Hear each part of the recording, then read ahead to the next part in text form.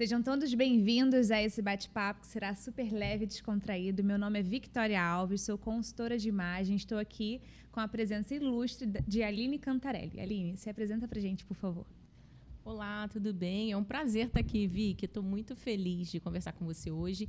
E você me fez um pedido sobre comunicação, então vai ser um desafio bastante interessante conversar com você sobre comunicação, né? Como que isso se dá, especialmente dentro do relacionamento marido-mulher. Eu tenho certeza que a troca vai ser muito legal. Com certeza. Eu queria saber de você se realmente essa questão da comunicação é a chave, é o segredo assim, para manter um relacionamento, seja ele desde o início até mesmo completar as bodas que as pessoas sempre comemoram no casamento.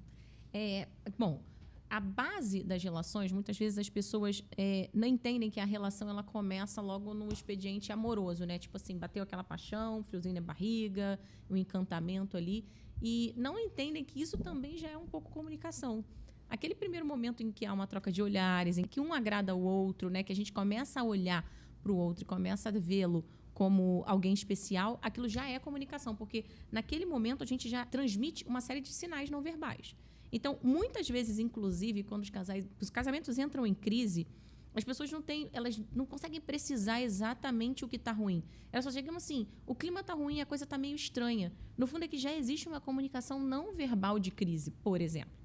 Diferente de quando a gente está enamorado e a gente, às vezes, não disse ainda que está afim da pessoa, que gosta dela. Mas também já existe uma comunicação não verbal, afetiva, de generosidade, de contato, de interesse ali rolando no ar. Então, o que eu noto normalmente é que as pessoas desprezam isso e acabam acreditando que a comunicação ela é secundária, que ela é uma coisa de menor importância, né? Eu não diria que hoje as pessoas ainda estão assim 100%, vamos dizer assim, desatentas ao tema. Mas, ainda assim, há muitas questões, há muitos pontos cegos, né? Para os quais a gente precisa trazer luz, porque, do contrário, eu te garanto assim, olha, a gente já tem pesquisa mostrando que 70% dos divórcios, que quando analisados em pesquisa, né, das taxas de divórcio, quando analisadas em pesquisa nos Estados Unidos, apresentam a comunicação como base dessa crise. Ou seja, começou uma crise de comunicação e se desdobra dessa crise de comunicação todos os outros problemas que a gente encontra dentro do casamento. Então, no fundo, não é assim, olha... primeiro a gente teve os outros problemas e depois a gente não conseguia mais se comunicar. É o contrário. Por não conseguirmos nos comunicarmos de uma maneira bacana, de uma maneira fluida, eu costumo dizer, né, numa comunicação afetiva, é que a gente realmente foi se perdendo. Então, o casal normalmente se perde quando a comunicação está deficiente. E o que você acredita que mais impulsiona essa dificuldade do casal de terem conversas difíceis? Esse tema das conversas difíceis ele é muito bom, porque, na verdade, as conversas difíceis elas são muito boas. Tá? Elas, inclusive, deviam se chamar conversas de facilitação, ao invés de chamar conversas difíceis. Porque, no fundo, conversas difíceis elas compõem quem a gente é. No fundo, os temas difíceis são os melhores temas. Na sua vida, se você fizer uma análise, todos os momentos onde você cresceu, antes houve um obstáculo. Você precisou tropeçar para levantar e saber que você era maior do que aquela pedra que te derrubou. Então, as conversas difíceis são exatamente isso. Só que quando a gente começa a apresentação, um approach vamos ter uma conversa difícil, a nossa tendência, imagina se alguém chega para você e fala, vamos tomar uma injeção agora, é bem provável que você fecha, né? faça, no primeiro momento, você entrar na defensiva. Então, naturalmente, né, a mulher pode até não usar esse expediente do conversa difícil, mas, no final das contas, ela acaba criando, se ela não diz o termo conversa difícil, mas se ela cria o clima de abordagem assim como o homem, vamos sentar para conversar. O sujeito nunca convidou a esposa para conversar. No momento em que ele senta para conversar, a moça já senta lá pensando, vamos divorciar.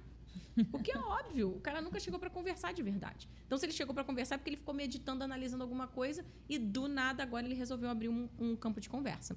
Então, é essencial que a gente pense sobre isso e que a gente entenda o seguinte, se os dois estiverem entendendo que conversas difíceis são conversas que vão edificar, que vão transformar aquela relação, os dois vão estar aproveitando aquele tempo, vão colocar a sua máxima atenção, vão se dedicar a trazer as suas perspectivas com a maior autenticidade, a maior sinceridade possível. E aí a tal da conversa difícil pode virar uma baita de uma conversa, que não é DR também, porque eu também sou contra DR, né?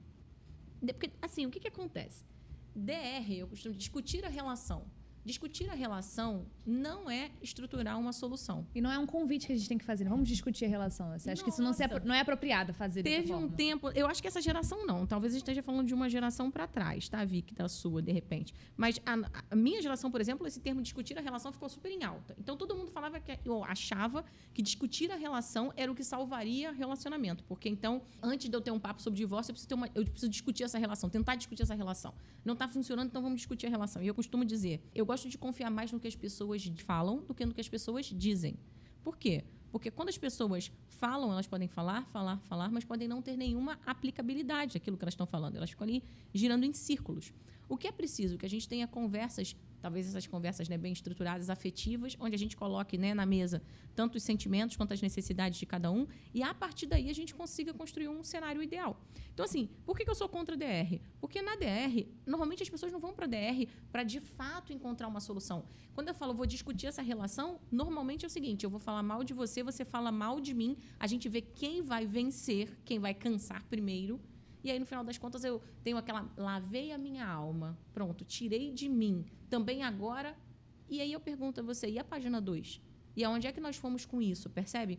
Então, esse tipo de abordagem da DR, além dela estar defasada, ela é uma abordagem que ela não é propositiva. Porque discutir amplamente, né, de uma maneira assim, aberta, sem nenhum objetivo concreto, só vai fazer com que os dois se machuquem. E se não houver muita maturidade de ambos para ouvir o feedback, para acolher, né, às vezes, uma troca, um conselho, o que vai acontecer é que a gente vai esvaziar o potencial daquele casal. Porque aí eles só vão conseguir reforçar os pontos negativos que eles veem. Quando a gente se entende como um time e a gente se dispõe a ter uma conversa franca, bacana, com um objetivo concreto. Eu sempre digo que as conversas têm que ter tema e subtema. Então, tem que ter o tema e qual é o seu objetivo Isso com que a eu ia te conversa. perguntar, qual é o fluxo, assim, o que você orienta enquanto terapeuta para que, se não existe realmente essa questão da DR, porque, bom, eu também entendo DR como sendo um problema, né? Ah, vamos ter uma DR. Ah, você já quer ter uma DR? Então, isso a pessoa já se esquiva. Ou tem um homem que fala, vem a DR. E não é uma DR. Às vezes eu percebo que a mulher só simplesmente quer falar algo que ela está sentindo ou tentar ajustar algo que não está funcionando dentro daquela rotina.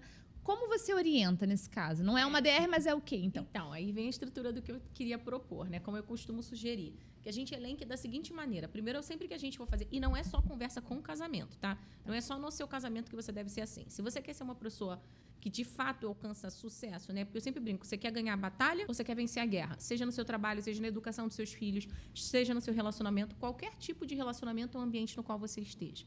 Você precisa escolher o objetivo que você vai fazer uma abordagem, qualquer que seja ela. Então, eu sempre digo, tem que ter um tema e tem que ter um objetivo. Por quê? Se eu não tenho um tema, a pessoa se sente assim, nós vamos falar sobre a gente. Isso é completamente vazio. Vago. E, obviamente, quando você tem um vazio, você preenche com o que está dentro de você. Se aquele homem ele está se sentindo rejeitado, ele está chateado, ele está com problemas no trabalho, vamos falar sobre a gente, ele vai pensar, nossa, e vem massa de problema aqui, e vem questões que eu não quero encarar nesse momento, ou que já estão me estressando bastante durante o horário útil, né, no horário de trabalho. Eu não quero colocar isso aqui na mesa.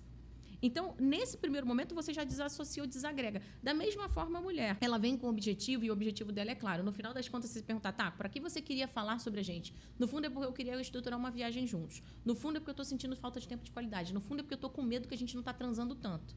Opa!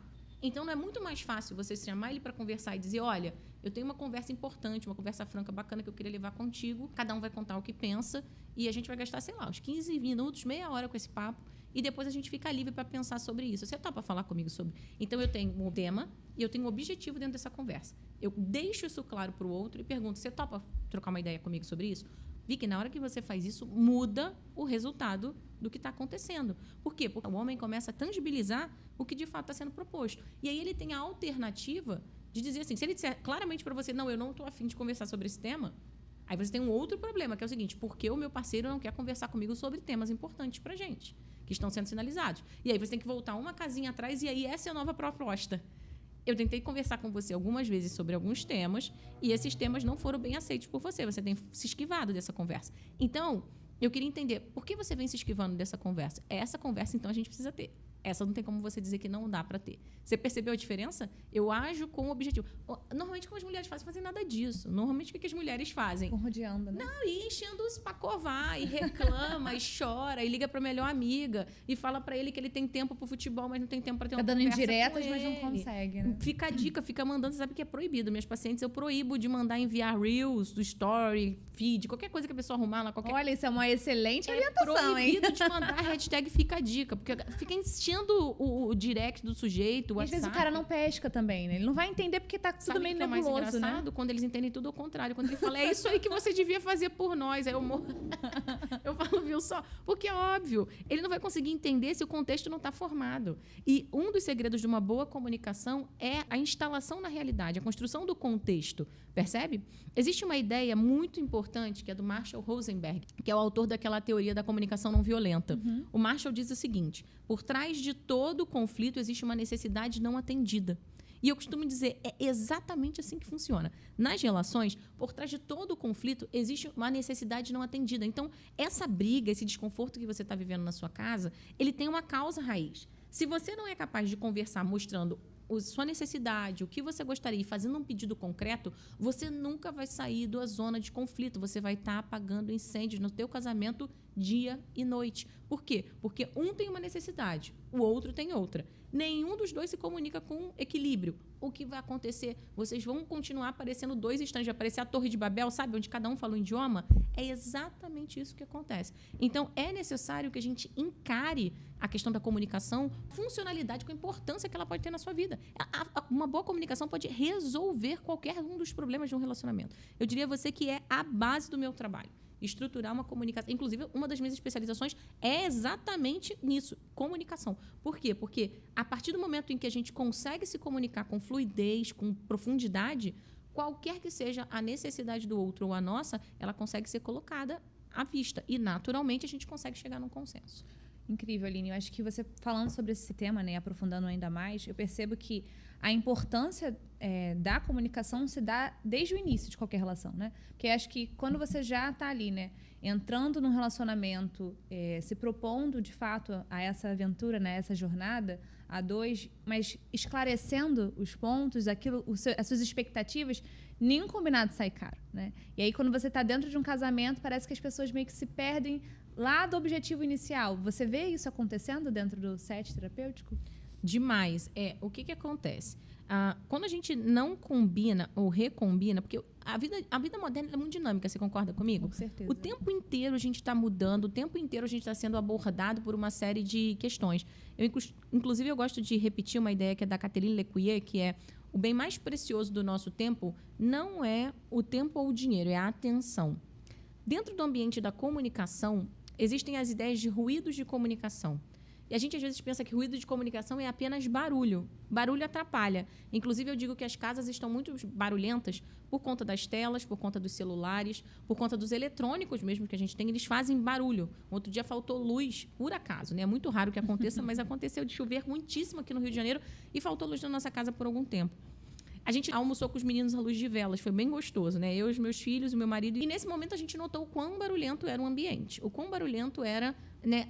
Os aparelhos faziam barulho, porque a gente não tem sinal de televisão em casa, a gente não tem essas coisas, né? Esses eletrônicos à disposição das crianças.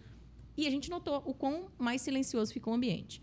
E o quão aquilo era gostoso. O quanto que a luz da vela, né? A vela queimando e o silêncio ao redor faziam com que a gente se concentrasse mais no que a gente estava comendo e no quanto a gente dava mais atenção. Eu até brinquei com eles. Vamos botar uma vez ou no sábado ou no domingo, uma refeição à luz de velas, brincando com eles. Porque isso é real. O nosso cérebro, ele clama por essa ordem, por esse acolhimento, por esse silêncio, né? Então, primeiro aspecto esse do silêncio e do quanto pode ser relevante esse momento. E depois, uma outra dinâmica que eu gosto de dizer é que esses ruídos, no fundo, de comunicação, muitas vezes são os ruídos que a gente carrega dentro da gente. E a gente, muitas vezes, não consegue perceber que eles estão sendo atrapalhamento para o que a gente precisa chegar dentro da relação homem-mulher. Porque, entenda, a relação são duas pessoas com duas criações, muitas vezes duas culturas extremamente diferentes, construindo uma unidade. É natural que se não cada um não encontrar o seu espaço para complementaridade, o que a gente vai ter, no final das contas, é uma relação muito desassociada. No fundo, esses dois não vão estar formando um time, não vão estar formando uma unidade. Na verdade, são dois indivíduos que coabitam numa casa, mas que, na verdade, não moram juntos.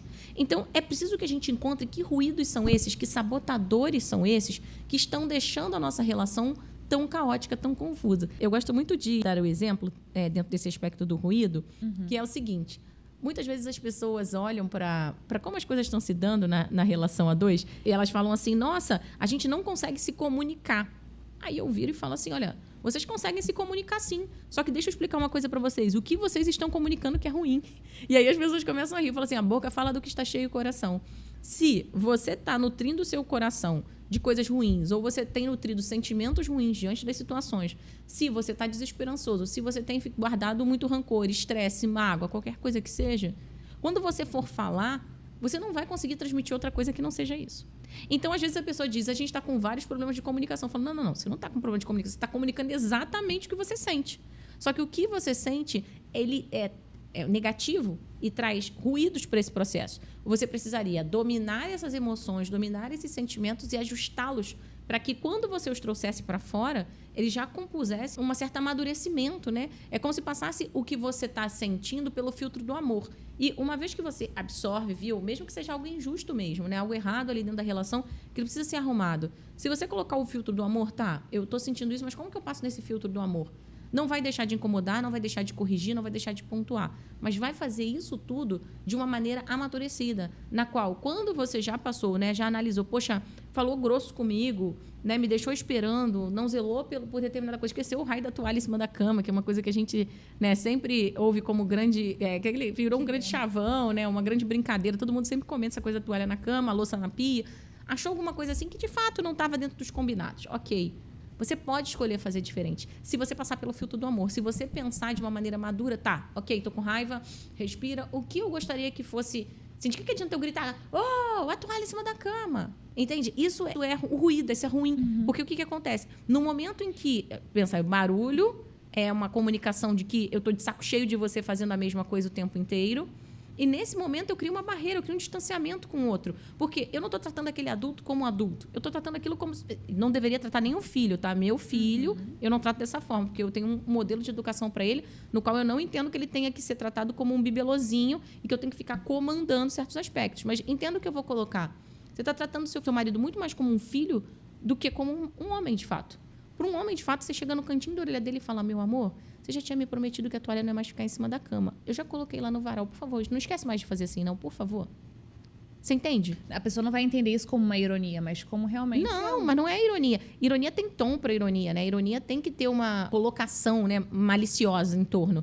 Você está só jogando mostrando. Na cara daquela pessoa. Não, você está só fazendo. Você está fazendo e está pontuando. Olha, é importante para mim, é importante para a gente, como família, que exista isso aqui de uma outra forma. E aí, nesse momento em que isso acontece, o outro se sente respeitado. E o respeito é a base de tudo, inclusive da boa comunicação. Se eu me sinto respeitado e aquela comunicação é feita de maneira constante e adequada, eu acredito que, para homens, eu sempre brinco, ou ele faz ou ele paga a conta. É assim que funciona. É causa e consequência. Para o meu filho eu ensino isso, mas vez ou outra, eu como mãe, como ele só tem 8 anos ainda, eu estou falando do meu filho, mas poderia falar para as minhas meninas também. Não é uma coisa de gênero, é uma questão de formação humana. Eu dei o exemplo do meu filho, que eu estou falando aqui em relação ao marido. Para ele, eventualmente, eu preciso, vez ou outra, chegar num ponto, ir lá e pegá-lo pela mão, abaixar com ele, pegar aquilo e fazer em conjunto.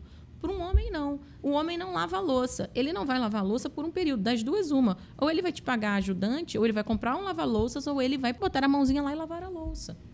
Assim deveria ser uma relação madura. Entende? Só que muitas vezes as pessoas têm dificuldade de lidar dessa maneira. Aí a mulher fala, eu já tentei de tudo. De tudo como uma grande mãe. Gritando, brigando, fazendo confusão. Com o homem é papo reto. Quer, não quer, você é moleque. É assim, só que o que acontece? A maior parte das pessoas tem essa dificuldade de colocar-se nesse lugar. Por quê? Porque, na verdade, o namoro já foi mal fundamentado. Então, eles já estruturaram uma relação cabulosa. Ela já se colocou no lugar errado, ela já viveu muito errado nesse papel. E aí ela continua se comunicando no papel de mãe, não no papel de esposa de mulher. E isso não é humilhar, não é, pá, pede pra sair. A gente já tá... Não é sobre isso. Sabe? Não, ao contrário. Entende? Eu, inclusive, acredito que essa lógica... Eu não gosto de usar o termo da comunicação não violenta, porque eu acho que eu tenho um termo melhor que ele. Eu tenho a ideia de comunicação afetiva, onde eu ponho os afetos para jogo. Eu ponho os afetos na mesa. Então, quando eu vou falar com... Né, eu sugiro que um casal... Eu digo que o casal, quando está brigando, eu falo, eu trago o tradutor da briga. Aí eu digo, muitas vezes a gente grita, eu te odeio, numa briga, né? Numa coisa mais exacerbada. Esse eu te odeio... Não é eu te odeio. Na verdade, ele dizer, eu estou exausta e você parece indiferente a mim. Aí o outro que estava ouvindo, ele ouviu eu te odeio. Aí qual que vai ser a reação dele? Das duas, ou ele fala eu também te odeio, ou ele vai querer discutir esse ódio. Pronto, não era o que você queria. Você queria colo, reciprocidade, empatia e tudo mais. Então, no fundo, o que você precisa dizer é assim, eu estou exausta, eu preciso muito de você. Se você agora pudesse olhar para mim e, sei lá, carregar as coisas, olhar um pouco os meninos, eu me sentiria muito mais amada do que tem sido isso aqui. Pronto. Você tem outro nível de comunicação.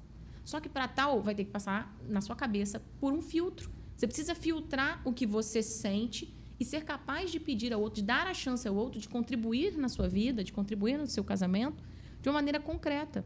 Só que muitas vezes as pessoas precisam criar uma cena para falar, não, mas se eu faço... Não, experimenta só não explodir dessa maneira completamente violenta ou estressada e estruturar seus pensamentos, mesmo nos momentos de cansaço, de uma maneira ordenada e dizendo de fato, dando o nome que as coisas têm, que eu garanto a você que metade dos problemas que você tem hoje de comunicação, eles cessam. Metade. A outra metade pode ser fruto de ironia, que é uma coisa que eu adoraria que a gente conversasse.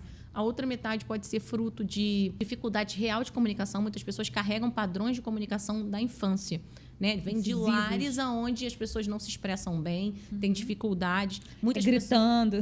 Muitas pessoas têm temperamento frio, introspectivo, que tem mais dificuldade de expressar emoções e afetos. E aí o expansivo, muitas vezes, é extremamente expansivo e acaba atropelando. E aí o outro prefere se... Ih, não, deixa... E acaba que a gente cria um buraco. Então, assim, há múltiplos fatores que impactam na qualidade dessa comunicação e que todos eles...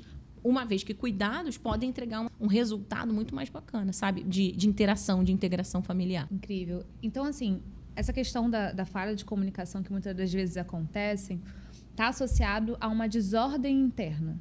Da pessoa não saber expressar aquilo que ela realmente gostaria, mas por todos esses fatores que você trouxe aqui em pauta, ela não consegue dar nome aos bois, né? Do tipo assim, o que ela está sentindo, o que ela realmente quer. Porque ela está ali no olho do furacão, ela viu só aquele problema imediato. Mas, no fundo, tem outras questões que ela não soube pontuar e ela vê aquilo dali, ela já estoura e, tipo, pronto e acabou. Falei o que eu tinha que falar, mas, na verdade, não falou nada. Exatamente. Eu vou falar primeiro um pouquinho dos temperamentos, depois eu quero falar da ironia e dos padrões de família, que eu acho que vai ajudar muito a te responder bem.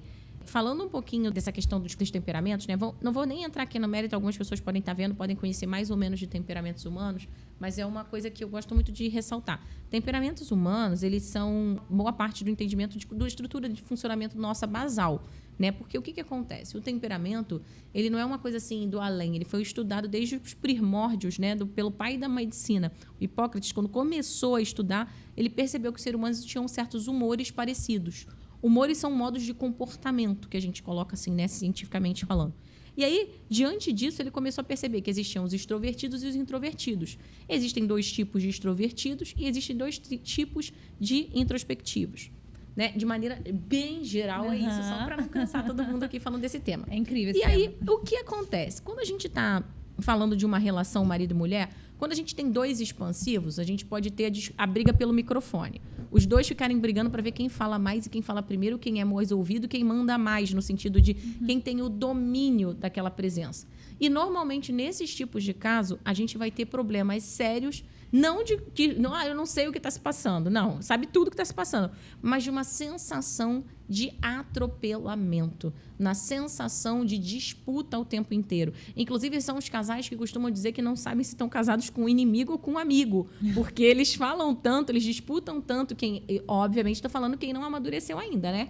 Então, a nível de temperamento, você diz que há um padrão, né? De, por exemplo, extrovertido com introvertido ter um tipo de comportamento, ou extrovertido com extrovertido sempre vai gerar briga? Não tem uma... Na verdade, ninguém precisa brigar. Inclusive, eu digo o seguinte, quem ama não briga. Você pode discordar. E aí, se você é maduro bastante, você vai sentar e vai dizer, a gente chegou num ponto aqui que tem uma discordância. Só dá pra gente conseguir seguir pra próxima página se a gente matar esse tema aqui. Quem é maduro faz isso. Eu te falo, eu tenho 20 anos com meu marido. Eu nunca briguei com ele. Eu nunca briguei com ele. Real. Você precisa, acho que dar uma aula só disso aí, Aline. Eu nunca briguei com ele. Uau. Agora, se você me perguntar se a gente já não discordou, claro que a gente já discordou. E olha, eu vou te dizer uma coisa interessante também. A gente discordava muito mais quando nós éramos mais jovens e mais imaturos. Com o passar do tempo, hoje a gente tem 3 filhos, né? Tem uma vida aí construída, negócio para tocar, empregados, uma série de coisas. Hoje a gente tem muito menos, inclusive, discussões do que a gente tinha. Hoje, inclusive, sabe o que é legal? Sabe aquela coisa de quando um pensa uma coisa e o outro está completando? E, gente, eu nunca pensei que eu ia chegar nessa fase. É muito gostoso. Só quem vive isso sabe, né? 2 coisas que só quem vive sabe, que vive bem, óbvio, né? A 2. Uma coisa é o quanto é bom quando você pensa uma coisa e a outra pessoa praticamente já completou. E o mais legal, não necessariamente com o próprio gosto. Muitas vezes eu já estou pensando alguma coisa porque eu sei que o agradaria e tal, não sei o quê. Ele diz, quem sabe se a gente bolasse, tipo, quando a gente vai sair ou fazer alguma coisa, a gente meio que a programação, a gente já encaixa um pouco do que ele gosta com um pouco do que eu gosto. E a gente acaba chegando a soluções muito próximas. Até assim, de repente, o lugar onde a gente vai ou o jeito que a gente vai fazer é muito interessante. Incrível. E uma outra coisa que é muito bom é a sensação de que os dois se bastam. Né? Muitas vezes a sensação de que um basta para o outro. Tipo, você não precisa. Essas 2 coisas são muito gostosas. Mas retomando o que você me dizia sobre brigas, né? Não é preciso brigar. A questão de brigar, ela vem do fato de que todos 2 querem ter muita razão. No fundo, os 2 não estão preocupados com a solução do problema. Os 2 estão mais preocupados em sobre quem tem a razão. Então, eles brigam para ter razão. E quando você briga, normalmente você ofende a pessoa. Você costuma dizer, você é egoísta, você é imaturo, você é estressado, você é qualquer coisa, trabalha demais. E o outro costuma dizer, você é chata, você é consumista, você é irritante, você só pensa na sua mãe. Percebe? No fundo, a pessoa ela quer ferir a outra. Quando você quer ferir a outra, você não está preocupado com o problema foco, com o que levou vocês àquela situação. Não, não, não. Você só quer machucar a outra porque acabaram os argumentos e aí eu vou ferir o argumentador. E isso, na relação homem-mulher, é muito ruim. E eu acho engraçado que as mulheres brigam tanto por essa questão do empoderamento, que eu acho que nem se aplica, porque eu gosto de dizer que a gente já tem poder. Então, a gente precisa ser empoderada por ninguém, né?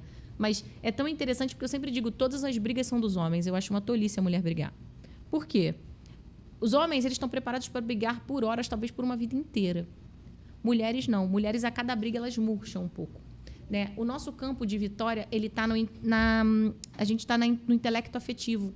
Então, a mulher ela é naturalmente, cientificamente comprovada, mais voltada aos afetos. A capacidade de aprofundamento afetivo da mulher é extremamente superior. Não à toa, porque a gente faz a gente gesta, a gente pare e depois a gente educa seres humanos, sejam homens ou mulheres, durante sua primeira infância. Então, é óbvio que o homem tem participação, mas é uma missão fundamentalmente feminina.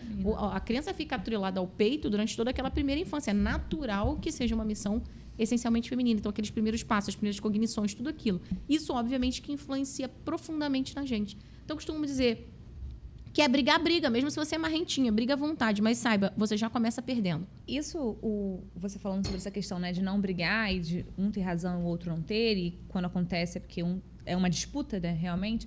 Mas o que eu ouço aí, né, os burburinhos falando de alguma certa experiência também, parece que os homens também se esquivam um pouco num comportamento do tipo, é melhor ser feliz do que ter razão. Uma máxima. Só que acaba que eu percebo que maqueia-se um problema. Né? Não resolve nada, mas sempre fala, é melhor ser feliz do que razão. Fala o que você quer falar e tá tudo certo.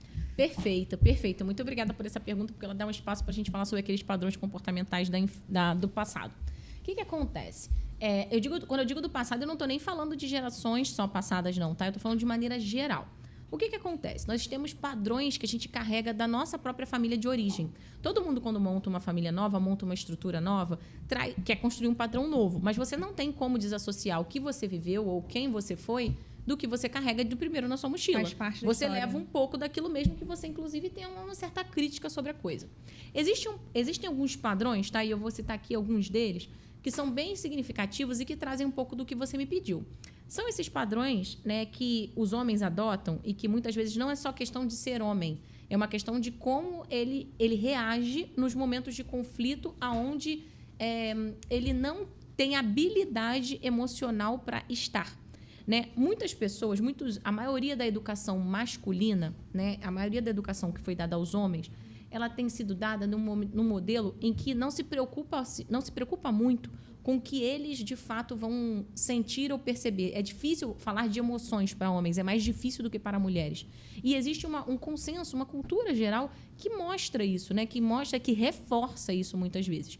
Então, esses homens, eles não foram incentivados a falar de emoções, de sentimentos, expressar as coisas com uma certa naturalidade. E quando vem a idade adulta, eles precisam disso como base para manter uma relação adulta madura. Só que eles não têm caixa de ferramenta. E por não ter essa caixa de ferramenta, e porque na casa deles os homens não se expressavam, e porque na casa deles as coisas não aconteciam da forma como ele está sendo pedido pela esposa, pela parceira, o que acontece é que ele vai se encapsulando, ele vai se fechando numa caixa, onde ele vai guardando ali as coisas, e aí ele tem que tomar uma decisão. Ele tem que tomar uma decisão se ele quer que aquela relação funcione do jeito que está, porque ele não consegue operar uma expressividade sobre aquilo, ou ele tem que reconstruir o padrão sobre o qual ele viveu até aquela determinada coisa. Então, você imagina, você aí 30, 40 anos dentro de um determinado padrão e daqui a pouco vira a chave, muda. Isso normalmente é impactado, isso normalmente é um problema. Então, é algo que é muito importante, assim como mulheres também. Muitas mulheres têm esse padrão também de fugir do conflito, de repente, fingir que não está vendo, de depois ele muda.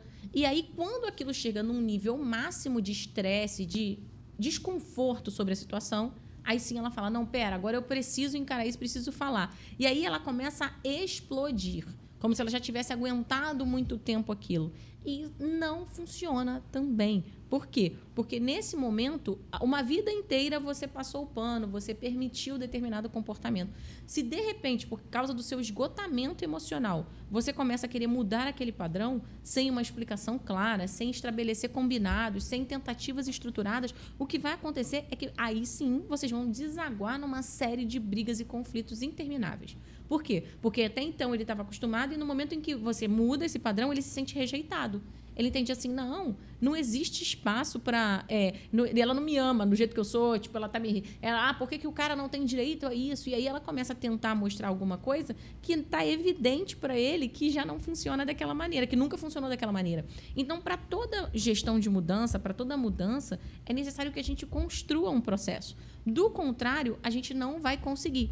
Eu diria, inclusive, que, independente que o casal esteja começando agora um namoro, que esteja olhando a gente agora, ou que seja um casal já amadurecido, ou mesmo em crise, o primeiro exercício basal para você entender a sua comunicação e conseguir estabelecer um processo de melhoria e mudança é você analisar que padrões você acha que você trouxe da sua casa, da sua família, ou que o outro trouxe da casa e da família dele, e estabelecer o que você acha que é saudável e o que não é saudável. O que tem sido pedra de tropeço e o que não é pedra de tropeço. Na verdade, é um aprendizado, é uma boa prática que deve ficar. Isso deveria ser exercício lá antes, no noivado, namoro.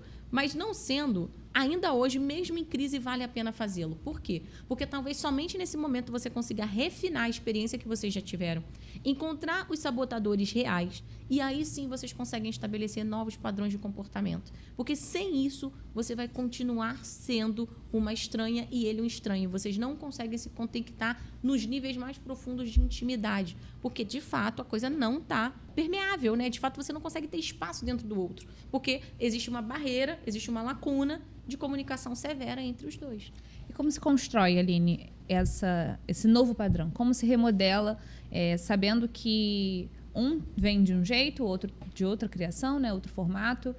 É numa conversa realmente? O que você orienta? O que você fala para as pessoas botarem em prática? Tem vários modelos, né? Primeiro, tem gente que precisa de ajuda, tá? Vai precisar de buscar ajuda técnica para resolver, porque o nível de agravamento da crise é muito significativo.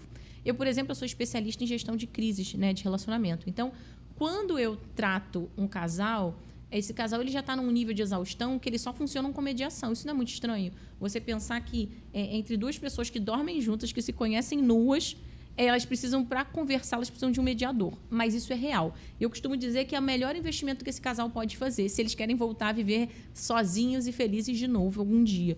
Por quê? Porque somente diante dessa mediação eles conseguem essa tradução do que está quebrado dentro deles e conseguem retomar aspectos significativos da vida, de uma vida conjugal gostosa de ser vivida. Porque não basta uma vida conjugal, né? Não, a gente tem uma relação e tal. Não, é preciso que ela seja boa, que ela seja vivida com felicidade, com intensidade, né? De maneira visceral mesmo. Né? Que você tenha o tesão de viver do lado daquela pessoa e não simplesmente, não, vamos administrar aqui o que está acontecendo.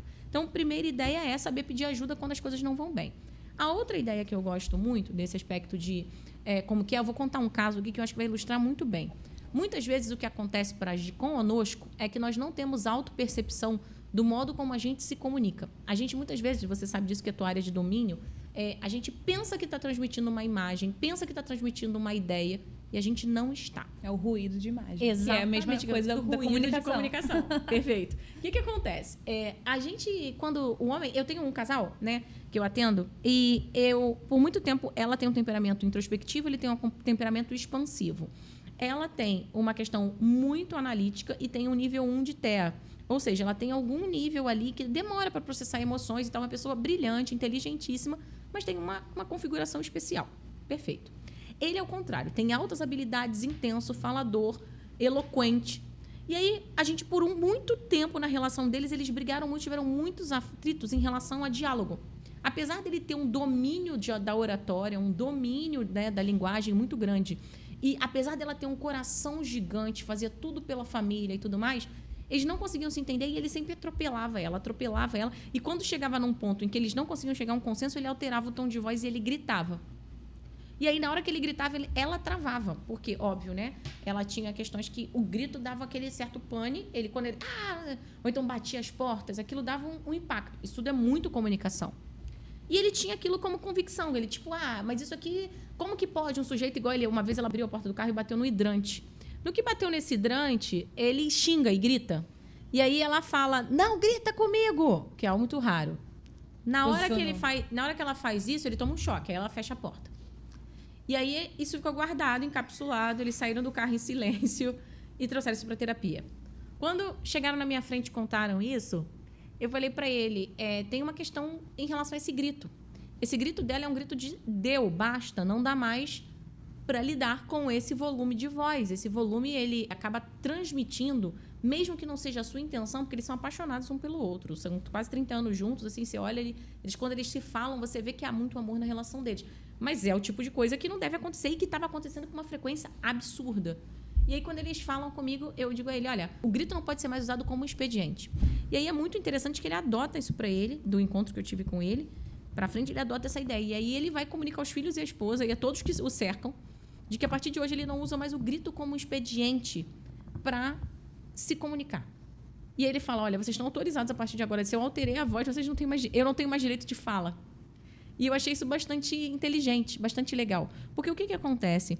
Se a gente não consegue se perceber, o que acontece? Até aquele momento, quase há 30 anos do lado daquela mulher, ele não tinha percebido ainda que gritar virou o expediente, uma muleta dele para ser respeitado. No momento em que eu consegui mostrá-lo, que eu consegui traduzir daquela cena, que, no fundo, ele poderia não ter tido a intenção, mas que, no fundo, ele tinha sido muito mais violento do que o possível arranhão que nem existiu na porta do carro por conta do hidrante que ela esbarrou, que aquilo não fazia sentido proporcional ao quem ele era, ao que ele gostaria dentro da relação dele, como ele gostaria de ser visto como homem. Ele absolutamente aderiu para a vida dele e falou, o grito não vai ser mais um expediente meu de comunicação. E, a partir de então, a gente tem um homem novo, tem uma construção nova, de uma relação nova, baseada numa premissa central, que era o entendimento de que existiam expedientes que ele usava e que, por usar aqueles expedientes, ele nunca conseguia ser bem compreendido. Ele poderia, quando calmo, falar qualquer coisa. Quando aquelas atitudes dele tensionado se permitiam ir para um outro lugar, tudo aquilo que ele tinha prometido ia por água abaixo. Então, uma vez que ele entendeu isso e ele sentiu que ou ele começava a modificar o seu padrão comportamental ou ele perderia o interesse e o respeito da esposa e dos filhos, ele mudou. Só que ele precisou fazer esse exercício junto a um processo terapêutico para conseguir se enxergar, para fazer um efeito espelho, de se ver. Ele, legitimamente, na cabeça dele, existiam todas as justificativas para a atitude que ele tomava. Somente diante de um confronto feito com técnica e também, né, com disponibilidade real interna dele, a gente consegue chegar nesse resultado. E aí, naturalmente, não só ele muda isso, como muda tudo que tem em relação com essa cadeia do grito, da agressividade, do estresse, que iam motivando ele dentro dessa jornada. Óbvio que ainda existe trabalho a ser feito, mas essa conquista é uma conquista muito significativa e eu tenho certeza que, por exemplo, muitas das pessoas que estão me ouvindo aqui adorariam vivê-las dentro das suas próprias casas. Então, houve uma identificação do problema central, que era a questão da falha da comunicação e da entonação de voz. Sim. E ali já meio problema, meio caminho já foi... Não, quando a gente consegue se enxergar, o processo de autoconhecimento, ele é um processo fabuloso. O autoconhecimento aliado ao amadurecimento, porque quem se conhece entende que, para que sirva melhor a quem ama, é preciso uma transformação. Então, se você tem a lógica que o amor transmuta em serviço, em atuação, em presença... e você faz uma análise de como a sua presença tem sido para quem você ama, você certamente vai achar pontos de melhoria, assim, a menos que seja muito soberbo. Então, assim, se eu sou... Não, peraí. Então, a pessoa, no fundo, que não consegue mapear algum ponto de melhoria, ela, no fundo, ela é muito soberba, né? Porque ela está se achando que, não, está perfeito, eu nasci assim, eu cresci assim, Gabriela. Então, não dá. Então, existe sempre pontos de melhoria significativos a serem implementados. Existem os que são mais graves, né, que de fato são urgentes, e existem os mais sutis que precisam ser feitos. E isso também acontece muito quando os casais entram em crise. Existe uma das partes que tem mudanças sutis a serem feitas, mas que seriam significativas, e existe o outro que precisa de mudanças urgentes. E aí, esse que precisa da mudança urgente se justifica na multiplicidade de necessidades que a outra tem aqui, que são mais sutis, e essa das sutis, que deveria estar mexendo nas sutilezas, ela se justifica nesse aqui da urgência que não está se movendo. E aí, qual que é a minha proposta? Vamos cada um olhar para o seu individualmente, para o seu processo, para o seu momento, para o seu espelho, encontrar o que de fato há de necessário para ser mudado, encontrar o que de fato o teu comportamento está comunicando, e a partir daí a gente consegue mudar. Todo mundo muda. Porque imagina, se a justificativa para o que tinha uma coisa urgente para fazer eram as sutilezas que não se moviam, ou ao contrário, as sutilezas que não se moviam para o urgente, se um dos dois começa a mudar, aquela premissa inicial cai e aí a gente tem um caminho aberto para todo mundo mudar. Então, assim, mesmo que um comece o processo na frente. Então, essa dinâmica de autopercepção, ela é essencial. E, inclusive, eu falei da ironia, mas não aprofundei, né? Uma das coisas que eu digo que a ironia mata o amor. A ideia de que a ironia mata o amor, ela está baseada na seguinte perspectiva. As pessoas que são irônicas, elas são pessoas inteligentes. O irônico, ele é sempre alguém sagaz, que é capaz de fazer uma leitura tanto da cena, porque para você conseguir fazer algum tipo de brincadeira irônica, você precisa fazer uma leitura do todo e você precisa cruzar com alguma outra coisa que seja curiosa, auspiciosa, enfim, instigante, para você conseguir botar aquele fel no meio da coisa. O irônico, ele começa a criar uma confusão de percepção. Mesmo que, não estou dizendo que o outro não vai entender a sua ironia, estou dizendo que ele entende a sua ironia. E às vezes você fala, não, mas eu estou brincando, porque o irônico ele usa, né? Essa coisa meio que... Você é covarde, e depois, né? eu estou brincando. Nesse eu estou brincando, eu estou criando uma dubiedade sobre a compreensão do outro, sobre a minha intencionalidade, sobre como eu percebo e sinto as coisas. Tornando tudo mais complexo. Tornando tudo absolutamente mais complexo e difícil. Já é difícil duas pessoas se comunicarem e se relacionarem uma vida inteira. Você imagina usando ironia, usando, né, subterfúgio. Aline, mas ironia é uma coisa tão gostosa. É para quando você está lendo, quando você está brincando, quando é uma outra coisa. Para rir, né? Um momento descontraído, um negócio assim, mas não para indireta, né? E o trato casual, não sei se você, infelizmente, teve contato com alguém que é irônico no trato casual com constância. É extremamente desgastante para outra pessoa. É isso. Por exemplo, trazendo para uma realidade a luz da amizade, por exemplo. Quando a pessoa já fica demasiadamente irônica nas coisas, fica chato. A convivência com aquela pessoa já se torna chata. É chatérrimo. E de novo, né, olhando no aspecto efetivo da comunicação processual, ela causa confusão para você sobre o que esperar. E aí você já não sabe mais o que é o humor natural da pessoa e o que, de fato, é algo que ela está convicta de que é assim. E aí, aquela construção, se você pega o outro num dia ruim, se você pega o outro num dia em que ele está precisando ser acolhido e você não o faz e usa de ironia, no fundo você está criando uma grande janela entre vocês. E aí você imagina, essa grande janela, ela acaba gerando, eu vou falando que vai matando o amor, né? Ela vai gerando uma percepção de que você é outra pessoa que você não é. Que ela não é amada o suficiente, que ela nunca é boa o bastante, de que se eu me expuser eu vou ser subjugado. E a pessoa irônica, ela é sofisticada no pensar, então ela acha que não é possível, não está entendendo o que é, não, de repente não está entendendo ou não queria viver ou receber a comunicação ou a coisa daquela forma. Eu te perguntei direto que você está usando ironia. Então, por exemplo, um expediente que lá em casa, na minha relação, em virtude dos estudos e da prática que eu tenho, lá em casa a gente é proibido. Eu e meu marido, a gente se proibiu de ser irônico um com o outro. Tem duas coisas que a gente fez. Uma é se proibir de ser irônico com o outro, e a outra é que eu tirei da minha vida há exatos 15 anos a expressão "eu já te disse". É dificílimo jogar para na mim, cara, vocês né? imaginem.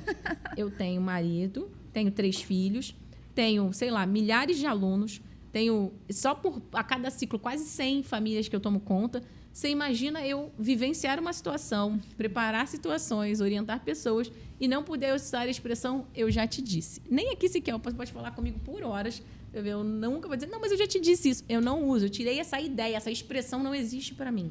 Eu só falo dela quando eu estou falando aqui nesse contexto de explicação. Por quê?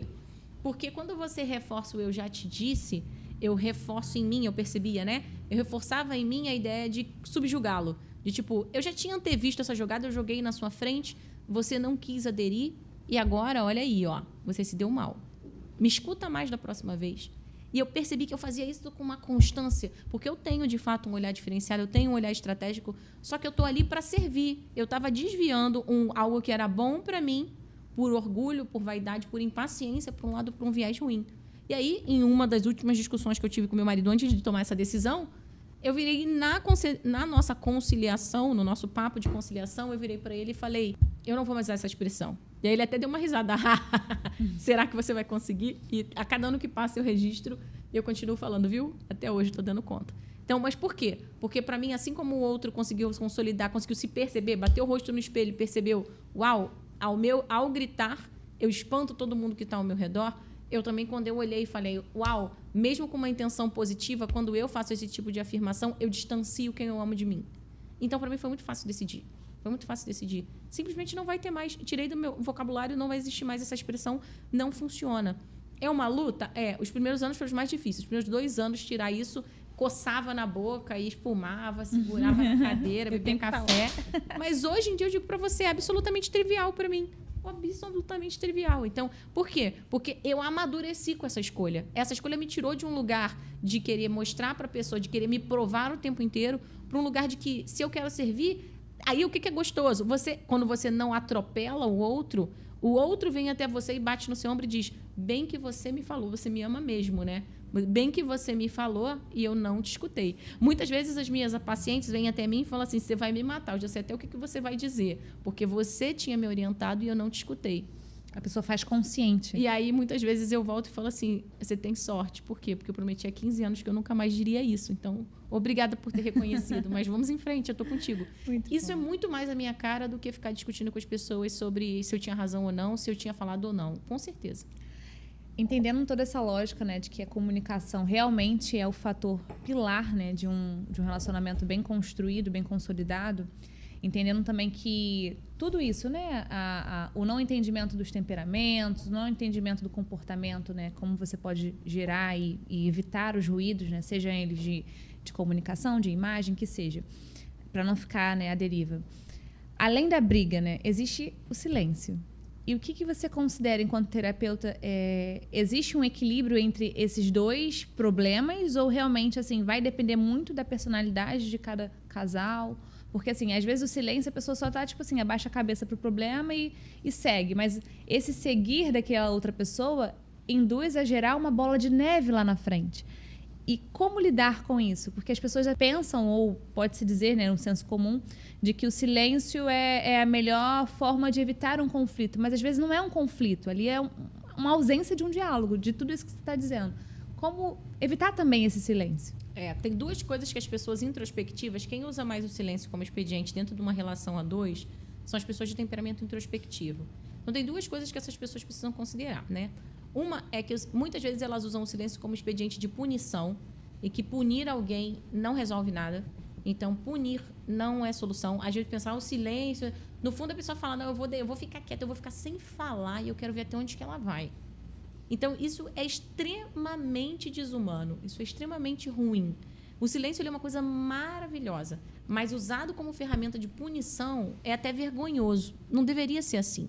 Então, a primeira ideia é essa. Se você não se der a conhecer e usar o silêncio como expediente de punição, tanto você está desonrando o verdadeiro e bom silêncio, quanto você está fazendo uma grande crueldade com quem está do seu lado. Você mata o outro com silêncio. Completamente, né? Aquele gelo, aquela coisa fria, né? Dura, é muito triste. E o segundo expediente, que é o seguinte, Muitas vezes as pessoas usam o silêncio como expediente de covardia. Não falar, né, o bem que não fazemos é omissão. Não existe assim, não, mas eu não falei, então eu não tenho responsabilidade. Se existir imputada ali uma responsabilidade ou uma ação necessária que você não faz, isso tem nome e sobrenome, se chama omissão. É preciso que a gente encare isso. Então, o silencioso, ele não está liberado das responsabilidades do que a fala dele poderia trazer. Então, uma pessoa, né, que vê o marido ou a mulher fazendo algo errado e se omite, não fala e permite que as coisas vão seguindo, no fundo é covarde e omissa. Ela precisa intervir, ela precisa ter coragem de interromper, levantar o braço, de desagradar. É necessária a coragem de desagradar em alguns níveis para que você consiga chegar em outros níveis muito melhores. Então, se não existe uma fala, se não existe uma estruturação ou uma abertura concreta de espaço da sua parte, né? Mesmo que do jeito do introspectivo, o introspectivo ele precisa marcar, de repente o introspectivo precisa anotar de papelzinho para não ficar tão constrangido quando vai fazer uma conversa, tem problema algum. Agora, desde que você faça, desde que você não use o silêncio ou como punição ou como expediente de omissão, né, de covardia, você pode usar o silêncio à vontade. Diferente disso, ao invés de você estar sendo generoso ou estar sendo a pessoa que está segurando a barra, no fundo você está deixando quem está do teu lado na mão, num verdadeiro escuro, num vazio. Então, é preciso tomar essa consciência para que você possa, da sua maneira, né, e aí, obviamente, que do jeito como você conseguir estruturar essa intervenção, não deixar passar os temas que não podem ser deixados para trás ou para depois. Pegando esse gancho, falando sobre essa questão, né, do silêncio, mas agora falando da comunicação no modo geral, como fazer com que um casal que já está ali, né, há anos de relacionamento, dentro de um relacionamento, e aquela questão, né, da conquista, do conhecer o outro, meio que já foi, né, tudo realizado, cai naquela comodidade, naquele conforto, estamos em casa, tá tudo certo. Mas nunca houve ali uma real comunicação entre eles. Existe, sim, uma falta de comunicação, uma falha ali dentro do modus operandi do casal. Como ensinar a eles se reaprender, né, a reaprender essa comunicação, a conquistar essa comunicação mais assertiva, mesmo mediante anos de convívio? Com certeza. O que mais acontece é o seguinte, casais que passaram anos e que, no fundo, são grandes desconhecidos. Isso é muito mais comum do que a gente imagina. Por quê? Porque, no fundo, não havia também um interesse real. Quando a gente é interessado por uma pessoa, a gente consegue lê-la mesmo que ela não tenha dito nada. Se a gente for parar para analisar, existe a dimensão da comunicação não verbal, ela é de 93%. Então, dentro da nossa comunicação, 93% é não verbal, apenas 7% é comunicação verbal. Então, de tudo que você vive ao lado de uma pessoa que ela comunica quando você está na presença dela, apenas 7% é falado, os outros 93% é apenas compreendido por atitudes, postura, comportamento e tudo mais. Então, quando a gente está entendendo essa dinâmica, a primeira luz que se acende é a seguinte: talvez, ao longo desse tempo todo de convívio, mesmo que se tenha bastante tempo, tá? E às vezes não necessariamente de casados, mas um tempo em que une, né? Namoro, noivado, casamento ali, de relacionamento, nós talvez não tenhamos conseguido entender o que de fato, ou de quem de fato é a outra pessoa. Porque muitas vezes ou as pessoas se atêm apenas ao que é dito, ou elas se atêm apenas ao que é vivido. E a grande diferença em você ter uma comunicação que, de fato, se possa considerar genuína é você conseguir unir o verbal e o não verbal, o que é dito e o que é vivido. E aí você consegue ter a unidade, a personalidade, de fato, na sua frente. Então, assim, é absolutamente possível, e eu adoro fazer isso dentro do meu trabalho, que um casal se reencontre mesmo estando junto há muitos anos. Então, há esperança. Olha, tem um casal muito querido que eu atendi, eles estavam para completar bodas de 50 anos. Vou contar essa história, é uma história bem legalzinha. É engraçada e legalzinha ao mesmo tempo. É uma coisa muito interessante. Eles iam completar no ano que me contrataram, 50 anos de casado.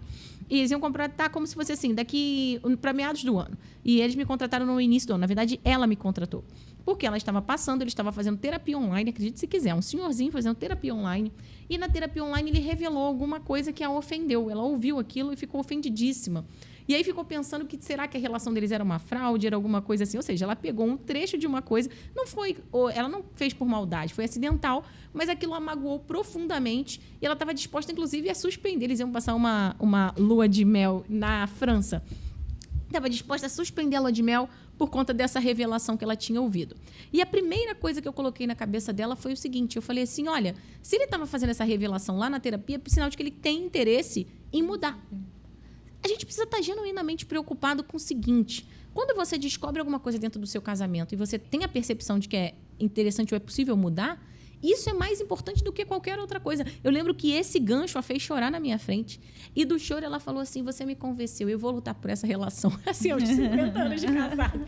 Eu falei, uau. E aí ela pegou e falou assim, você me convenceu. E eu falei pra ela, e outra coisa, não cancela nada pra França não, que você vai pra França sim, tá? Bom. E aí eu tenho vídeo deles na igreja renovando os votos, tenho vídeo deles na França, adoraram, aproveitaram demais, estão felizes e maravilhosos e lindinhos. E o que acontece? Por quê? Porque, na verdade, o gancho que eu precisava era esse. E aí foi uma coisa muito interessante, 2 exercícios que eu passei para eles. O primeiro desses exercícios foi o seguinte, eu pedi para ela escrever cartas para ele e deixar em cima de um móvel que eles tinham. E... Gente, imagina, 50 anos de casado e receber cartas. Cartas, exatamente. Eu fiz exatamente, essa era a lógica. Eu pedi para ela, passa a escrever as cartas e coloca as cartas. Eles tinham um aparador bem bonito na entresala, entre o ambiente do hall ali e as salas que se conjugavam. Eu falei, você vai passar a deixar as cartas ali, escreve com uma letra bem grande para ele saber que é dele. E você vai vigiar se ele vai pegá-las. E aí, assim foi feito. Ela fez isso sem brincadeira. Eu lembro até o dia dos namorados foi feito isso. Então, ela passava e deixava as cartas. Ele demorava para pegar as cartas. Era muito interessante. Parecia que ele tinha que tomar coragem para pegar as cartas. E depois ele respondia as cartas. Então, eles ficaram se correspondendo por cartas um tempo. E um outro hábito que é muito legal. Porque a gente pensa o quê? Quando isso conversava com uma memória afetiva deles muito significativa, e isso abria espaço para falar de sentimentos que, às vezes, olhando nos olhos, eles tinham perdido a coragem de falar depois de tanto tempo. Depois disso, um outro exercício que eu fiz é o seguinte, ela falou assim, ele está muito preguiçoso para ler. Aí eu falei, mas e você? Ela falou, eu não, você vê, a gente tem a mesma idade, eu sou uma ávida leitora. Eu falei, perfeito, então a gente vai colocar a hora da leitura. E aí eu comecei a estimulá-los a fazer a hora da leitura diariamente. Então, ela, inclusive, me perguntava assim, mas o que a gente vai ler? Eu falei, começa por Shakespeare, que não tem erro. Eu lembro perfeitamente. A Megera Domada foi a primeira sugestão que eu dei. Depois ela queria que eu desse todas as outras. Não, eu falei, vai ser Shakespeare, não tem erro. Vai adorar. Então, não tem como não gostar, né? E aí eu falei, vamos começar por Shakespeare. E daí começou. Aquilo se tornou um hábito tão importante, tão visceral, porque o que acontece? Eles ouviam e depois eles discutiam sobre o que eles ouviam. E no ponto em que eles discutiam sobre o que eles ouviam, faziam analogias, lembravam, davam risadas juntos, eles se reconectavam. Então, assim, são pequenos expedientes terapêuticos. Claro que isso não é tudo, tá? Claro que foi feito muito trabalho interno, muito processo de acolhimento. Houve muitas lágrimas, como brinco, né? Sangue, suor e lágrimas. Houve muita coisa junto a esse processo. Mas do ponto de vista, vamos dizer, bonito e romântico aqui de contar, esses duas foram 2 ferramentas fantásticas. Então, eles se inscreviam e eles liam e comentavam. De maneira que ele tirava... Porque ele era um viciado em televisão, né? Ele era um viciado em tela. Ela falava, ele só quer ver as séries, ele só quer ver séries e telas e coisas, e eu não tenho mais espaço para isso. Muito engraçado, né? E aí eu falei assim, não, é só a gente reavivar os prazeres da boa comunicação e dessa boa interação humana, para que ele volte a sentir o quão é bom ficar na sua companhia. Lindo. E aí pronto, e aí começou tudo mais, enfim, e aí isso foi se expandindo para a mesa posta, que ela tinha deixado de colocar, ele passou a comer de colher, ela falou, é muito desagradável, eu olho para ele comendo de colher, parece que eu estou ao lado de uma criança. Eu falei assim, para de colocar a colher e coloca os talheres montados. Eu falei assim, vamos começar a servir o jantar, mesa posta completa. Ela, o quê? Aí eu falei assim, vamos ver se ele vai se refurtar. Até guardanapos de pano, eu falei, retoma tudo. Absolutamente formidável. Aí botava as velhinhas, passou a usar flores naturais. Eu falei, o meu sonho, quando eu tiver nos meus 50 anos de casado, que eu tiver outras demandas já apartadas, porque hoje a gente tem que usar, eu uso flores secas, né? Porque eu não tenho tempo hábil para ficar nutrindo. Eu adorava. Até que o meu segundo filho nascesse, eu ia à floricultura uma vez por semana. Eu tô conseguindo, mas assim, é difícil mesmo. Você é uma jovem lady. Uma jovem senhora, mas assim, eu entendo a dinâmica da sua rotina, não quando consegue, começa, né? aí começa já não consegue manter o mesmo padrão, né? Aí, tem assinatura, mas tem uma questão da escolha que é muito autoral, né? Claro que eu acho que é maravilhoso que tem assinaturas, mas não consigo fazer da mesma forma como fazia. E aí eu acabei deixando, botei as folhas secas e monto ali arranjos bem, bem rápidos ali.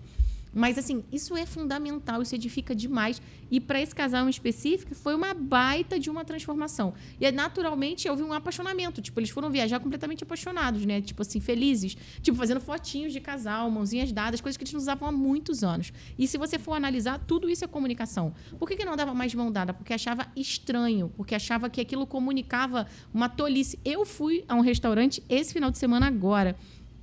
aqui em Botafogo, no Rio de Janeiro, eu fui ao teatro com meu marido. A gente brinca que a gente é jovem de alma velha, se é que você pode entender, né? Por favor, mas a gente fala Aline. que eu tenho 100 anos, né? Eu tenho de alma, eu tenho 100 anos, meu marido tem 200, com toda certeza absoluta. Né? Ele é um melancólico clássico de temperamento, então ele tem 200 anos, eu tenho 100, que eu falo que eu sou uma garota perto dele. Outro dia a gente jogou na inteligência artificial e aí a gente jogou uma foto do nosso casamento, naturalmente bem mais jovens, e uma foto da gente agora, né, que é recente, que a gente fez no virado do ano. E aí foi muito engraçado que a minha imagem na inteligência artificial, eu aos meus 20 e poucos, e eu agora, deu basicamente a mesma coisa. E a dele tem um envelhecimento absurdo. Aí eu falo, tá vendo? A inteligência artificial pegou a sua alma. E aí ele enlouquece. Porra, o que é isso? Você tá bonitona aqui nas duas e eu. Ele sempre fica assim, né? Questionando. Mas voltando para nossa ida ao restaurante em Botafogo, nós fomos ao teatro, tipicamente de coroas, né? O teatro e depois a gente foi... programação. Nós fomos jantar num restaurante de uma comida de espécie de cozinha afetiva, né? Então a gente curte muito isso, né? E aí é fantástico o restaurante e tal, as coisas, mas muito simples, restaurante de calçada aqui do Rio de Janeiro. É muito simples, que eu digo no sentido de não tem aqueles firulas, né? Não tinha aquela sofisticação, né? Nem ar-condicionado no ambiente que eu estava num varandão aberto pela calçada, então uma coisa bem diferente. Pra gente, por exemplo, nosso padrão, por exemplo, que a gente tá acostumado de consumo. Mas era o que a gente estava querendo. E logo, aí eu entrei e eu falei, as pessoas constroem um ambiente, né? Logo que eu entrei, eu bati os olhos e no canto do restaurante, assim, tinha um casal com a cabeça completamente branca, tanto ele quanto ela, e os dois estavam de mãos dadas na mesa. Na hora que eu olhei aquilo, eu falei para ele, perguntou, você quer ficar aqui? Porque eu podia escolher para outro lugar. Ele virei e falei, quero. Aí ele, então tá, a gente vai ficar aqui. A gente estacionou e ficou aqui. Cara, aquele casal me fez... E a gente sentou ao lado deles e eles ficavam rindo e segurando as mãozinhas. Que amor! Assim, eu amei aquilo. Na hora que eu vi, eu falei, esse é meu lugar.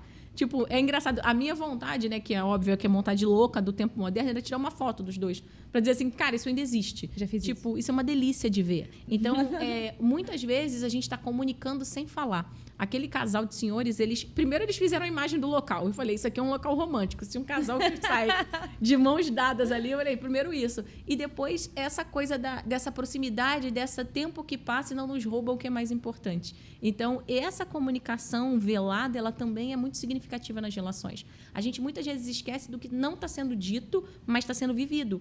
E a gente pensa que só porque, de repente, o outro foi um pouco mais indiferente ao acordar, se ele pode não ter dito algo, mas se ele tem corroborado, se ele está ali constantemente entregue, aquilo ali pode ser uma grande prova de amor. E talvez a primeira iniciativa de romper e dizer, olha como a gente funciona bem junto, olha, apesar de você não ter dito eu te amo pela manhã, eu senti que o quanto você é importante para mim, ou o quanto eu sou importante para você, porque...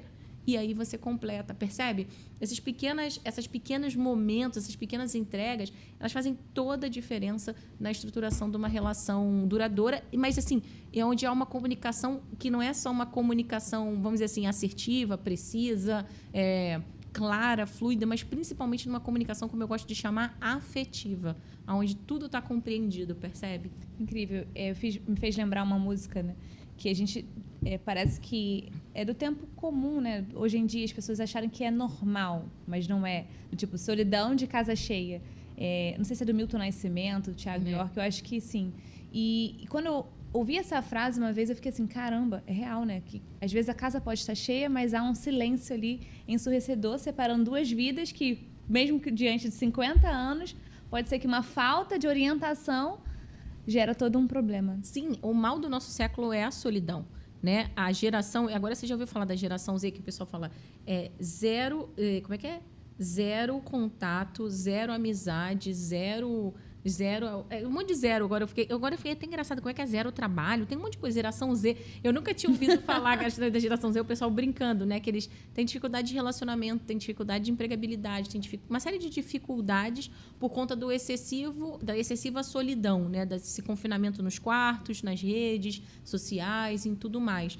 É bastante interessante essa lógica a zero álcool também, o pessoal estava brincando, né? Zero álcool, porque, obviamente, é uma geração que preza mais pela saúde, né? Uma geração que percebeu isso, né? E tal. Então, há uma mudança, mas a brincadeira com zero álcool ou com qualquer outra coisa era na ideia de que essa geração Z, ela meio que perdeu o sabor de viver, né? De ser humano. Então, a lógica interessante no que você está colocando dessa solidão de casa cheia, ela é muito real, né? Há inúmeras mulheres que me procuram e a fala constante delas é eu sou uma pessoa casada, mas eu me sinto sozinha.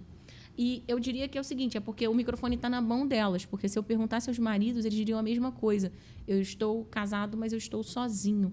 essa solidão mal resolvida, apesar de existir uma pessoa naquele lugar, naquele papel para exercê-lo, ela fundamentalmente está baseada numa comunicação deficitária, numa comunicação ruim, aonde você não consegue ser quem você poderia ser para o outro, aonde não está claro quanto vocês se amam, quanto vocês estão dispostos a sonhar e planejar juntos, quais são os objetivos em comum, o que você está disposto a abrir mão, o que não está. Enquanto isso tudo não fica muito claro, a coisa não funciona, a coisa não flui.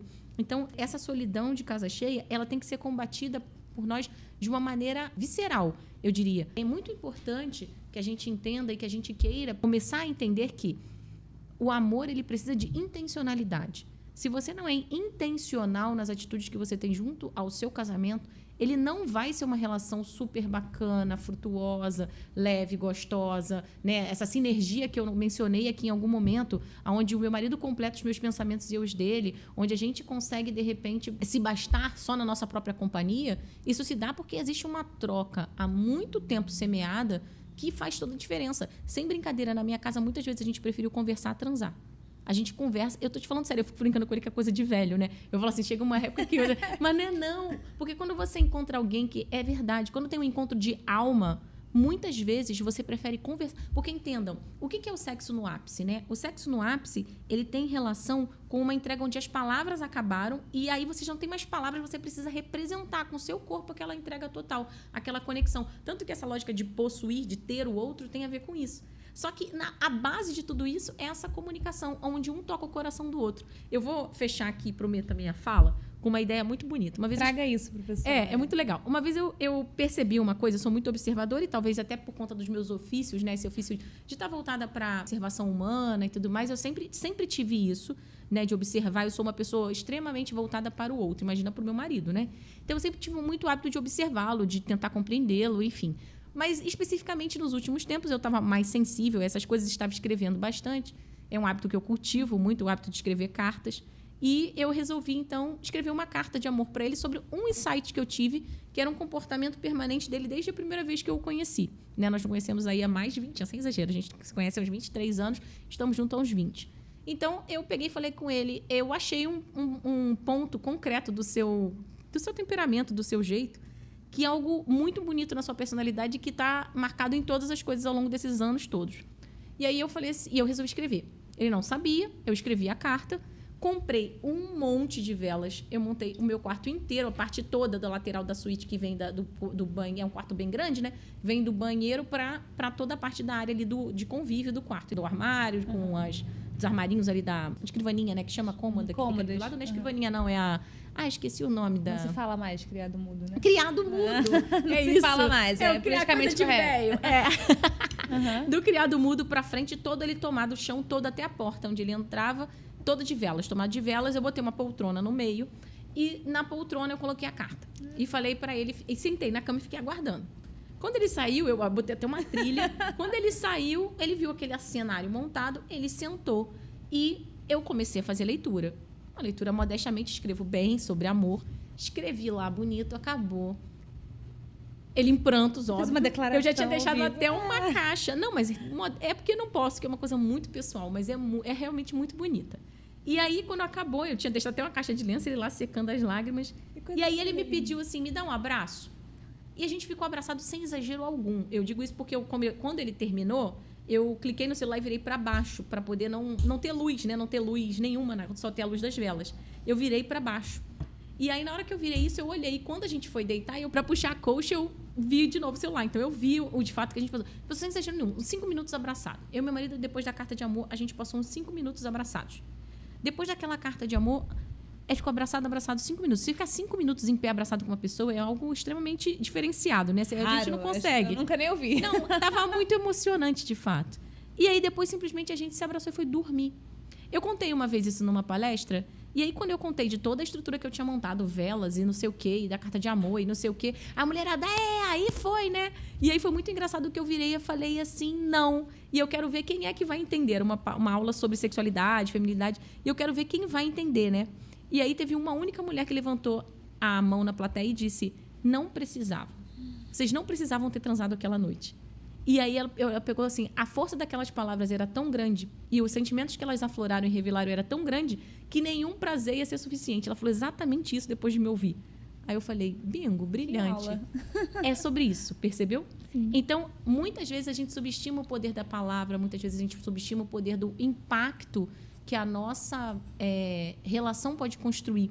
Mas você só pode falar bonito, aquilo que eu falo, a boca fala do que está cheio o coração. Você só pode falar bonito ou encontrar algo bonito se você está construindo isso dentro de você. E isso é muito importante. Se você faz um exame de consciência real, se você tem sido a pessoa que você gostaria de estar sendo dentro da sua relação, do seu casamento, é muito provável que você não queira desistir dele, que você queira fazer algo importante para ele.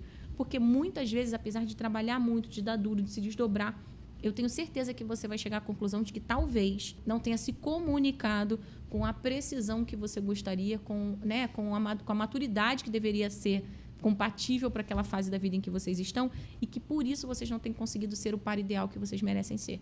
Então, dividindo um pouquinho dessa história de amor aí, fechando aqui a minha fala sobre essa coisa de comunicação. Estou incrivelmente apaixonada por esse tema. Acho que dá para a gente discorrer por ele mais horas e horas a fio, mas infelizmente a gente vai precisar encerrar esse bloco. Estou muito grata com a sua participação, Aline, e com essa sua contribuição e realmente que as pessoas consigam entender que a comunicação realmente pode salvar, restaurar muitas vidas, muitas relações, sejam elas, principalmente dentro de um casamento. Né? Com certeza, com certeza. Muito obrigada, Vicky. Foi um prazer participar aqui com você.